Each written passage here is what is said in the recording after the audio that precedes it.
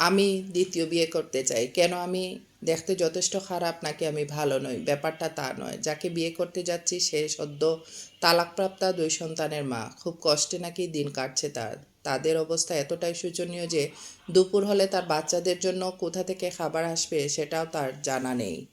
আমি তখন বললাম, কেন ওদের বাবা কোথায়? সে কি নিজের বাচ্চাদের দেখাশোনা করতে পারছে না? তাদের তালাক মানে ছাড়াছাড়ি হয়ে গেছে। তাহলে বিয়ে করতে হবে কেন? নিশ্চয়ই ওনাকে সাহায্য করার আরও অনেক উপায় আছে। তুমি চাইলে তাকে আর্থিকভাবে সাহায্য করতে পারো। বহুবিবাহ মেনে নেওয়ার ব্যাপারটা আমি কল্পনাও করতে পারি না। আমার স্বামীকে আরেকজন নারীর সাথে ভাগাভাগি করতে হবে। তার ভালোবাসা, হাসি, রসিকতা এগুলো আমি একদম পছন্দ করতে পারবো না এবং উপভোগ করতে পারবো না। সে আমাকে ছাড়া আরেকজন নারীকে স্পর্শ করবে আর তাকে ভালোবাসার কথা শোনাবে, তা একদম অসম্ভব। এটা মেনে নেওয়া যায় না। চরম ক্ষোভ, দুঃখ আর অপমানের জ্বালায় আমি নিঃশেষ হয়ে যাচ্ছিলাম। আমি ওর জন্য কী না হই, একজন স্ত্রী, প্রেমিকা, মা, গৃহিণী, সব কিছু, কত কিছু। কীভাবে পারল ও আমাকে এতটা অপমান করতে? মনে হচ্ছিল আমি হয়তো বেশি ভালো না, বা বেশি সুন্দরী না, কিংবা অল্প বয়সী না, কিংবা শুধু আমি যেন ওর জন্য যথেষ্ট নয়।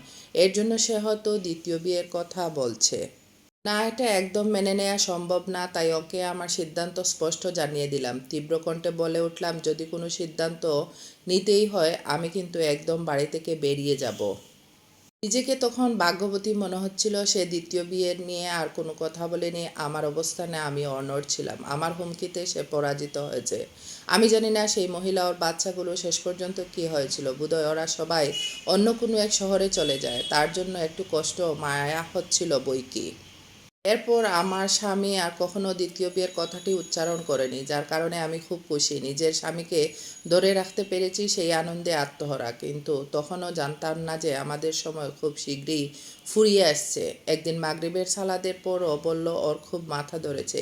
এশার সালাদ পর্যন্ত নাকি শুয়ে থাকবে। উনি শুয়ে রইলেন, কিন্তু হায়, ও আর সেই রাতে এশার সালাত আদায় করতে পারেনি, কারণ ওই সেই ঘুম আর ভাঙেনি। সেই রাতেই আমার স্বামী মারা যান। আর তখনই আচমকা মৃত্যুতে আমি পুরো হতবিম্ব হয়ে পড়ি।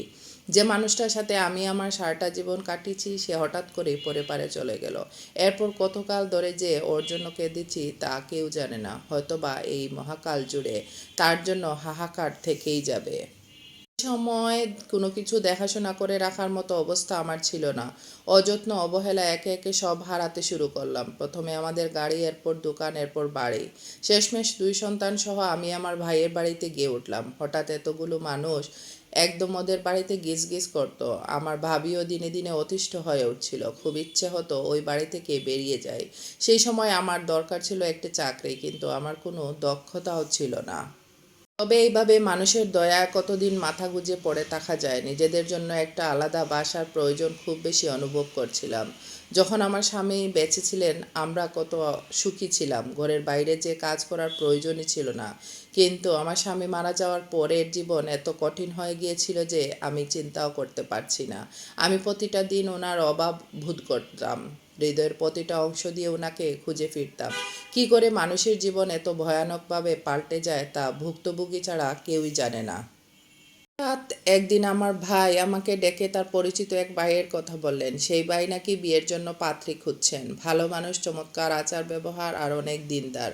উনি চান আমি উনার দ্বিতীয় স্ত্রী হই। আমার জীবনে দ্বিতীয়বারের মতো দ্বিতীয় স্ত্রী কথাটি শুনলাম, কিন্তু এবারের পরিস্থিতি কতটা ভিন্ন, তাই না? একদিন আমাদের দেখাশোনার ব্যবস্থা হলো। অবিশ্বাস্যভাবে আমাদের খুব ভালো লাগলো দুজনেরই। ওনার প্রতিটা ব্যাপার খুব ভাল লাগছিল। উনি আমাকে বললেন তার প্রথম স্ত্রী জানেন যে তিনি দ্বিতীয় বিয়ে করতে আগ্রহী, তবে সে এর বিপক্ষে। তিনি এটাও বললেন যে দ্বিতীয় স্ত্রী যদি রাজি হন তাহলে তারা বিয়ে করতে পারবেন, এবং তিনি এটাও জানতেন যে তার প্রথম স্ত্রী যেন তাদের বিয়েতে চূড়ান্ত মতামত জানাতে পারেন, সেদিনই তাদের বিয়ে হবে। সে রাতে আমি ইস্তেখার সালাত আদায় করলাম। আমি পাগলের মতো চাচ্ছিলাম যেন বিয়েটা ঠিকঠাক মতো হয়ে যায়। আমার মনে পড়ল আরেকজন নারীর জীবনও ঠিক এরকম করেই আমার সিদ্ধান্তের উপর নির্ভর করছিল। মনে পড়ে গেল আমি কি সিদ্ধান্ত নিয়েছিলাম। হঠাৎ করে অনুতাপে পুড়ে যাওয়ার মতো একটা উপলব্ধি হলো। আমার মনে হচ্ছিল আমি জীবনে আরেকজনকে নারীকে স্থান দেইনি। তাহলে আল্লাহ কেন আমাকে আরেকজন নারীর জীবনে স্থান নেওয়ার সুযোগ দিবেন? নিশ্চয়ই আল্লাহ আমাকে শাস্তি দিবেন। আমি আল্লাহর কাছে ক্ষমা চাইতে থাকলাম। অবাক লাগছিল, জীবনে একবারও আমার মনে হলো না আমি যে কাজটি করেছি তা কতটা ভুল ছিল। আমি সবসময় ভেবে এসেছি যে এমন করাটাই সঠিক কাজ ছিল। এখন যখন আমার অবস্থান পাল্টে গেছে, প্রয়োজনটা যখন এবার আমার, তখন আমি বুঝতে পারলাম কতটা ভুলই না আমি ছিলাম। আমি আরেকজন নারীর স্বামী পাবার অধিকারকে অস্বীকার করেছিলাম। আমি দোয়া করতে থাকলাম যেন ওনার স্ত্রী আমাকে মেনে নেন। কয়েকদিন পর উনি আমাকে ফোন করে বললেন যে ওনার স্ত্রী এটা মেনে নিতে খুবই কষ্ট হচ্ছে, তবুও তিনি আমার সাথে দেখা করতে আগ্রহী। আজ ওনার স্ত্রীর সাথে আমার সাক্ষাৎ হবে। আমি তার বাসার ড্রয়িং রুমে বসে আছি, ভাবছি দ্বিতীয় বিয়েটা কেমন। কয়েক বছর আগের কথা মনে পড়ে গেল। আমার স্বামীর সাথে আমার বলা কথাগুলো বারবার মনে হচ্ছিল, কেন তুমি দ্বিতীয় বিয়ে করবে, কেন?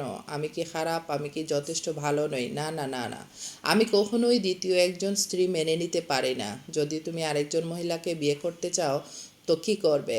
তুমি মনে রেখো, ফিরে এসে তুমি আমাকেই আর এখানে দেখতে পাবে না।